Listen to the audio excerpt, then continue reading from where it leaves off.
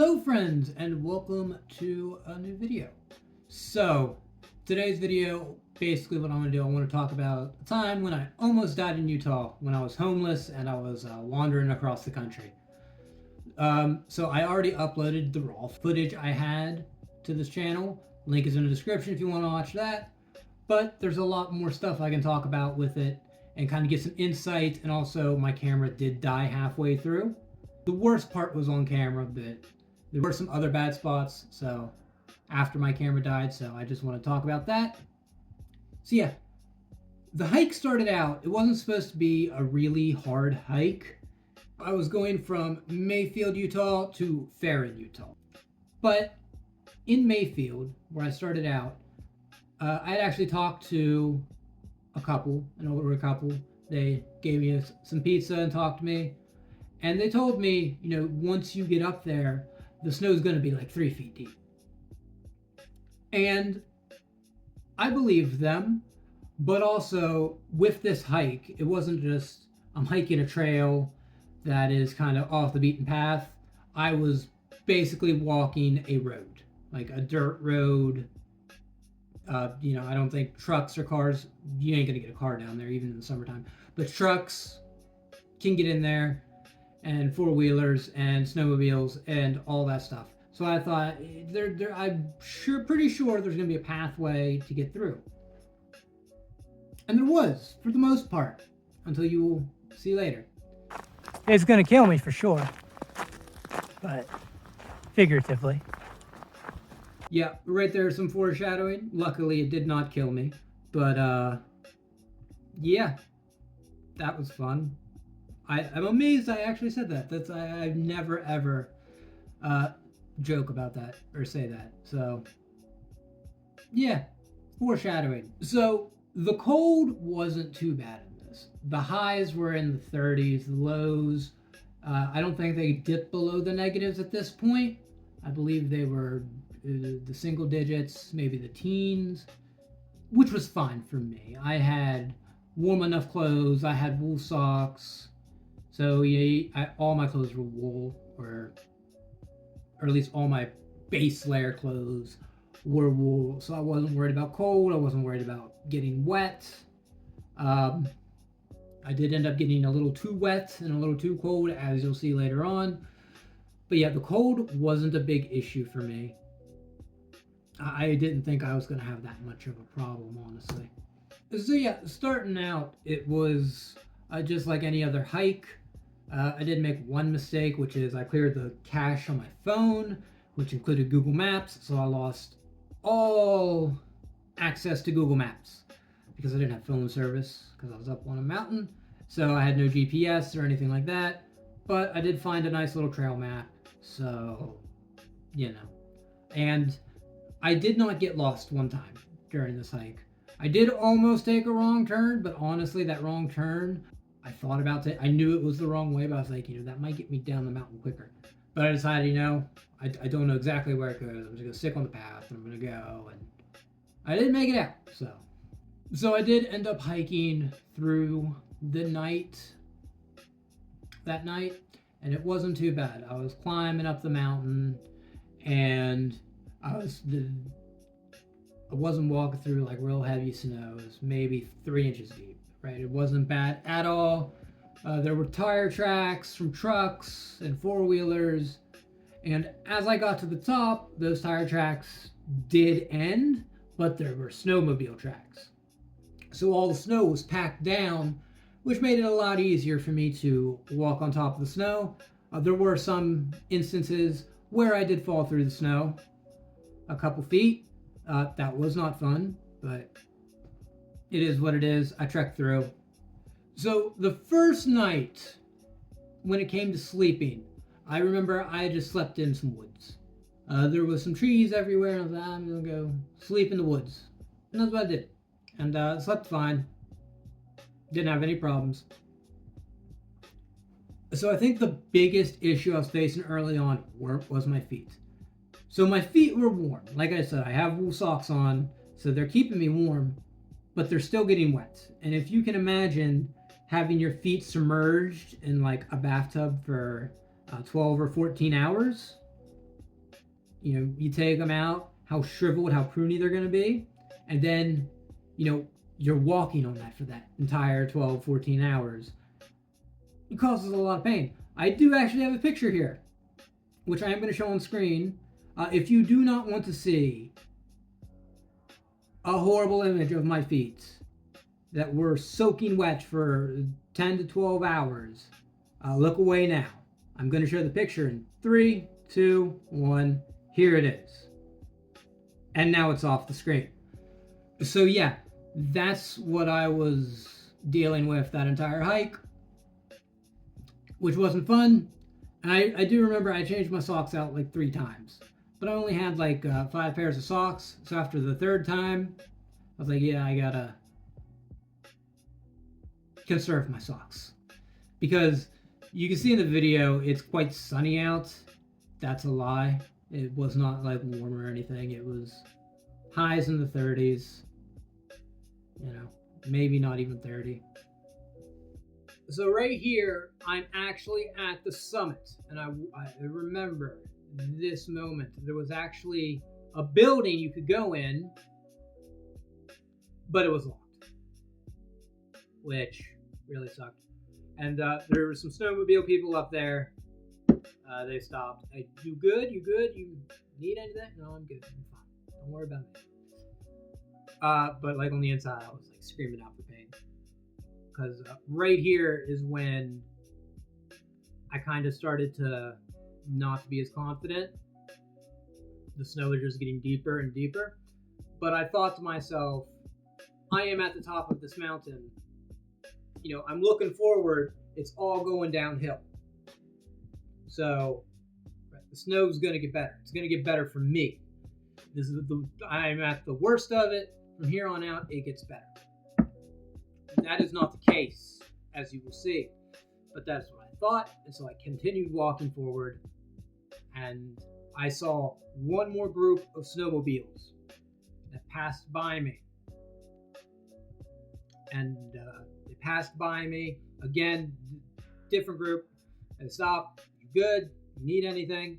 I was like, no, but can you just confirm that if I keep following this roadway, I will get to Farron, Utah? And they were like, yes, you can, but the snow does get worse up ahead. Okay, I'll keep going. And so he said the snow got worse up ahead. I was thinking, it can't be that bad. I'm going downhill. There's no reason the snow should get worse. There's a reason the snow got worse, which we'll get into in just a second here. So, this isn't really good. I've been following the snowmobile tracks, and well, that's the road, not that way. Right here is why the snow got worse. The road, you're looking straight on right now. I got this image paused here. This is the road. There is no snowmobile tracks. There are no car tracks. It is just blanket snow, and you cannot see where the road is. And so I had to walk through here, and it was so much worse than any other walk, because the snow wasn't packed down by snowmobiles or four-wheelers or anything. And every step I took, I just sank down. I did, however, have a very good idea. I wish I had thought of this idea sooner, but in hindsight, it's probably good I didn't think of it sooner, and we'll get to that later. I had a couple dry sacks in my backpack. Normally, I use them to keep like my electronics and stuff in, that way it don't get wet. They're very waterproof. One of them, they're very, very waterproof. And they're quite big. I had a 20-gallon bag, and then I had a 10-gallon bag. And I put them up over my legs, one on each leg, and I had some paracord, and I tied the paracord around my leg, cinched it really tight, so I was probably cutting off some circulation, but that was fine, because now I had changed my socks out. I was on my last pair of wool socks. My feet were completely dry.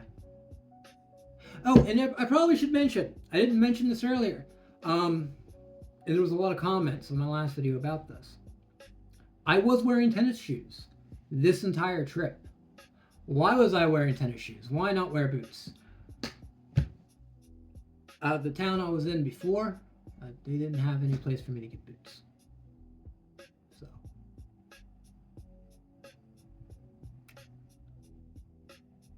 I should have had boots, but I did not have the choice, so you gotta do what you gotta do. So yes, I'm in tennis shoes, I'm on my last pair of wool socks. I put these dry bags over my legs like giant socks, and they worked so well.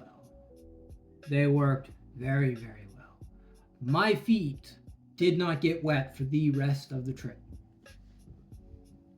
So right here's where my phone died. I did manage to get a fire going.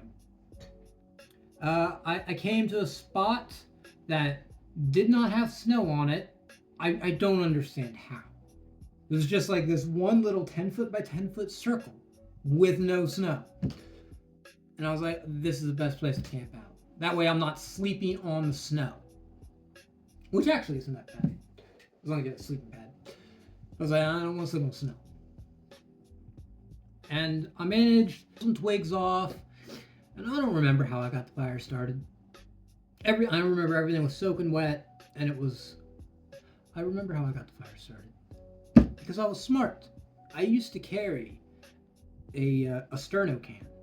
But it didn't have like the sterno fluid in it. No, I put cotton balls in it, and then I put rubbing alcohol in it, and I closed it up, and I just threw it in my backpack. Cotton balls and rubbing alcohol is the best fire starter you'll ever have. You just open up a sterno can, you take the cotton ball out, you light it, and it burns for 10, 15, 20 minutes. And that's what I did. I took that cotton ball out. I'm pretty sure this is what I did. This was like 3 years ago. So this is what I had to have done because all the wood was wet.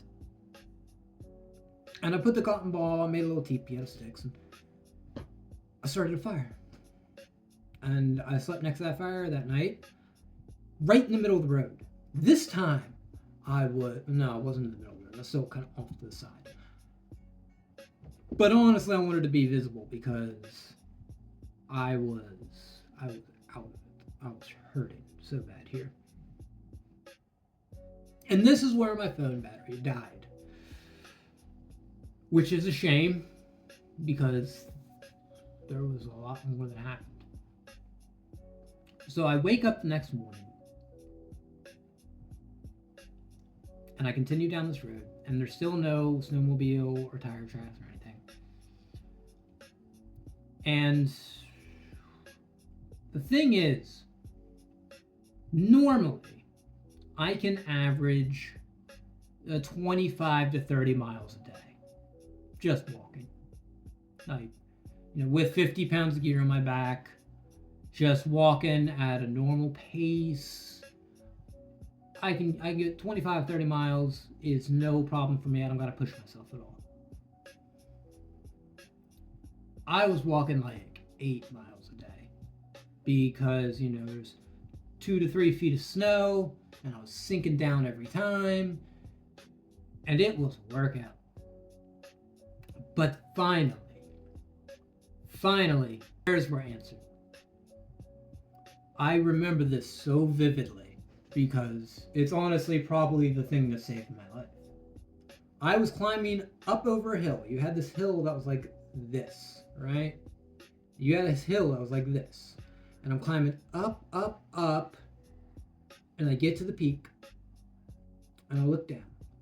And about 100 yards away, I see tire tracks. Now, here's the thing. That sounds ridiculous. But, I'm walking in like 3 feet of snow. Every step is a struggle. So I see tire tracks and I'm thinking, the snow is packed down. I'm going to be able to walk so much easier. And I get to them tire tracks. And the snow is only like 5 inches deep. I don't know who drove their truck to the middle of nowhere and then turned around for no reason, but you probably saved my life. I'm not even joking. And I was able to walk on these tire tracks the entire way. I no longer had to deal with sinking down 3 feet of snow. I was still walked through, some parts were still like a foot of snow, 6 inches of snow, but there was nowhere near as bad as it was before. And so now I am happy, right? Like this is the saving grace. And so I start walking, and then a blizzard hits. Absolute blizzard. To the point I cannot see the road. I am walking, and if I look down at the road I'm walking on, I cannot see the road because of the snow flurries that are flying by. That is how bad it was. So I kind of had to just feel my way and continue walking, and I did walk through it because at this point my food supply was running low. I was exhausted. I needed to get to the next town. Absolutely need to get to the next town. I keep walking, and I keep walking, and I keep walking, and I'm thinking to myself, am I going the right way? I feel like I've walked 50 miles. It's been like 4 days. 3 days, 4 days. I don't remember. 55 miles, I should be there right now. But I'm walking. I start walking through the night. And it's still snowing. Not as bad as it was earlier, but it's still snowing. I see some trees, and I'm thinking, the trees will shelter me from some wind for a little bit. And I still got my dry sacks on my feet, which we'll get to in a second. And I ended up through my camping pad, just on the snow. I got my sleeping bag, and I remember I had a tarp. I didn't even set the tarp up. I threw the tarp over me like it was a blanket. I put it over my head, and I basically got buried in the snow the entire night. Luckily, it wasn't deep. Like by that time, the snow had slowed down quite a bit, but I did wake up with, probably about an inch of snow on top of me. Isn't too bad. I don't know if there's any real science behind this or if I'm just crazy, but it was kind of warm. Like having the snow all around me, because I was just still in a sleeping bag in a waterproof case. I was very warm. I know like snow makes a good insulator, like igloos are quite warm, so maybe that's the thing that's going on there, but it was not bad at all. So I wake up and I start heading down the roadway. Still tire tracks everywhere. Snow didn't cover them over too much, but I was having a better time walking. And I'm still in the back of my head thinking, did I take a wrong turn somewhere? Because I should be there by now. And then finally, I remember this so vividly as well. I came to a point where I came to like a cliff, and I could just oversee all the land. And there was a roadway that kind of did a snake going downhill, and I saw downhill there was no snow. So at this point, I don't care if I'm going the wrong way. There's no snow down there. I'm going down there. So I start walking down, and it gets to a point where there's just a thin layer of snow. And finally, I decide, okay, I'm good enough. I can take my dry bags off my feet. And I did that. And they were completely cut open.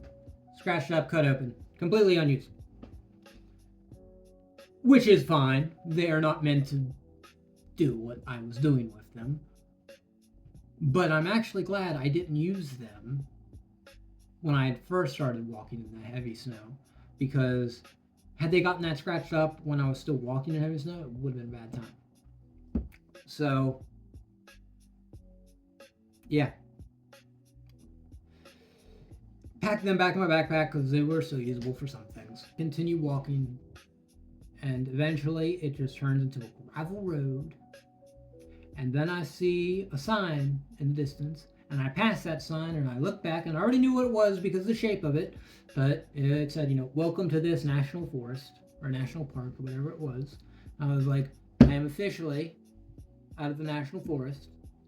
The town has got to be this way.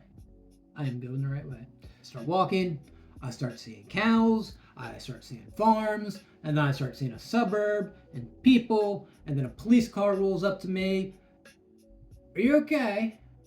Some people called and said, you looked a little rough. Are you okay? Yes, sir, I'm okay. I just walked across that mountain. And he's like, what?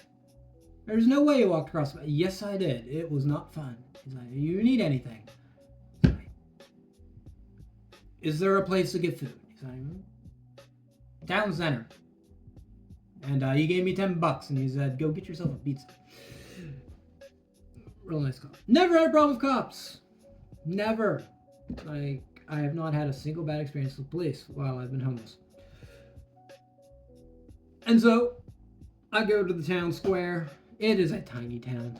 It has a Dollar General, or some kind of dollar store, and it had a gas station with a nice little park right next to the gas station. So, I went to the gas station. I got a pizza. I went to the park.